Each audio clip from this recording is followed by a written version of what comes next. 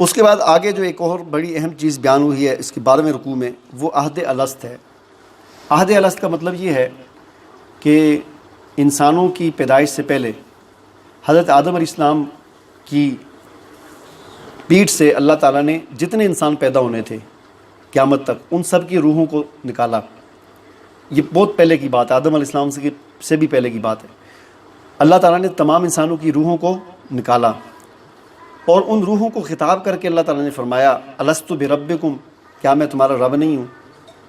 تو سب نے اقرار کیا، اس میں ہم بھی کھڑے تھے سارے، ہماری روحیں بھی تھیں، ہم سب نے کہا کہ بھلا آپ ہمارے رب ہیں۔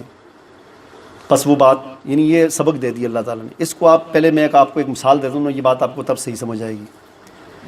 اسکول ہوتا ہے نا، ہم دیکھتے ہیں اسکول میں بچہ جاتا ہے پڑھنے کے لیے، تو استاد اسے پڑھاتا ہے کہ پاکستان 1947 میں بنا، ٹھیک ہے جی، وہ بچہ اس کو یاد کرتا ہے پاکستان 1947 میں بنا، اور مختلف سبق ہوتے ہیں، پورا سال وہ سبق کلاس چلتی ہے، کلاس ختم ہوتی ہے کتاب بند ہو جاتی ہے۔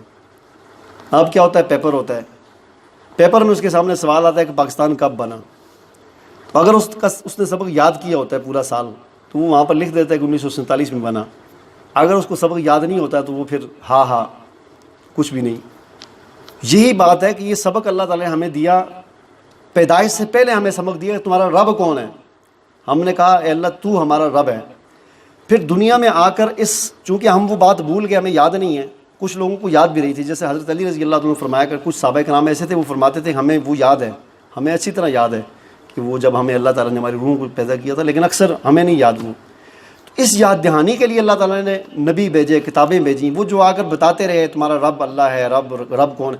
اب یہ رب اللہ کا مطلب یہ نہیں ہے کہ ہم بس صرف اپنی زبان سے کہیں کہ رب اللہ ہے، بلکہ اس کو عملی طور پر ماننا۔ عملی طور پر ماننا کیا ہے کہ رب وہ رب ہیں، ہم بندے ہیں۔ تو رب کا بندے ہونے کا مطلب یہ ہے کہ ہماری زندگی کا ایک لمحہ اللہ کی نافرمانی کے بغیر نہ گزرے، یہ ہوتا ہے رب کو ماننا۔ تو یہ نبی یہی سبق یاد کراتے رہے، پھر کیا ہوگا، کلاس ختم ہوگی جب، یعنی زندگی آدمی کی ختم ہوتی ہے، وہی سمجھ لیں کہ وہ سال بعد کلاس ختم ہوتی ہے، آدمی مر جاتا ہے۔ مرنے کے بعد جب قبر میں جاتا ہے تو وہاں پر پیپر پہلا سوال آتا ہے کہ تمہارا رب کون ہے، من ربو کا۔ وہ جو سوال وہاں پر یاد کرایا تھا روحوں کو کہ میں تمہارا رب ہوں، پھر دنیا میں نبی اور کتابیں یاد کراتے رہے، قبر میں پھر وہ پہلا پیپر یہی سوال آتا ہے من ربو کا، تمہارا رب کون ہے۔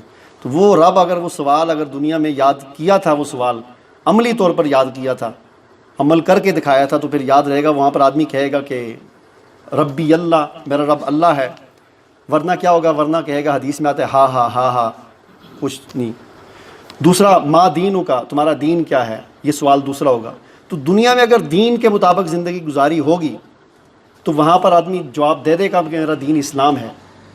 اگر دنیا میں زندگی اس نے لبرلزم کی گزاری ہے تو وہاں پر وہ پھر کہے گا میرا دین لبرلزم ہے، میرا دین سیکولرزم ہے، میرا دین ہیومنزم ہے، میرا دین جو ہے عیسائیت ہے، میرا دین نصرانیت ہے۔ تو جس نے اسلام کے مطابق گزاری ہوگی زندگی تو وہ وہاں پر کہے گا کہ میرا دین اسلام ہے، ٹھیک ہے جی۔ تیسرا سوال حضور علیہ السلام کے بارے میں ہوگا کہ اس شخصیت کے بارے میں، ان کے بارے میں تمہارا کیا خیال ہے۔ تو جس نے حضور کو اللہ کا رسول مانا ہوا، دنیا میں مانا تھا، تو وہ وہاں پر کہے گا کہ اللہ کے رسول ہیں، ہمارے رسول ہیں۔ رسول ماننے کا مطلب یہ نہیں ہے کہ ہم صرف یہ کہہ دیں کہ بس وہ رسول ہیں۔ یہ تو اور کئی کفار بھی کہتے ہیں کہ وہ رسول، مطلب جو تاریخ کے اعتبار سے وہ لکھتے ہیں وہ بھی ایک مسلمانوں کے رسول ہیں۔ رسول ماننے کا مطلب یہ ہے کہ وما ارسلنا من رسول الا لیطاع باذن اللہ، رسول ہم نے اس لیے بھیجے ہیں کہ ان کی اطاعت کی جائے۔ تو رسول ماننے کا حق تب ادا ہوگا کہ ہم رسولوں کی اطاعت کریں گے۔ تو اطاعت کریں گے تو اس کا مطلب ہوگا کہ ہم نے رسول مان لیا، تو پھر ہم قبر میں بھی جواب دے سکیں گے۔ اللہ تعالیٰ سے دعا ہے کہ اللہ تعالیٰ ہمیں عمل کرنے کی توفیق عطا فرمائے۔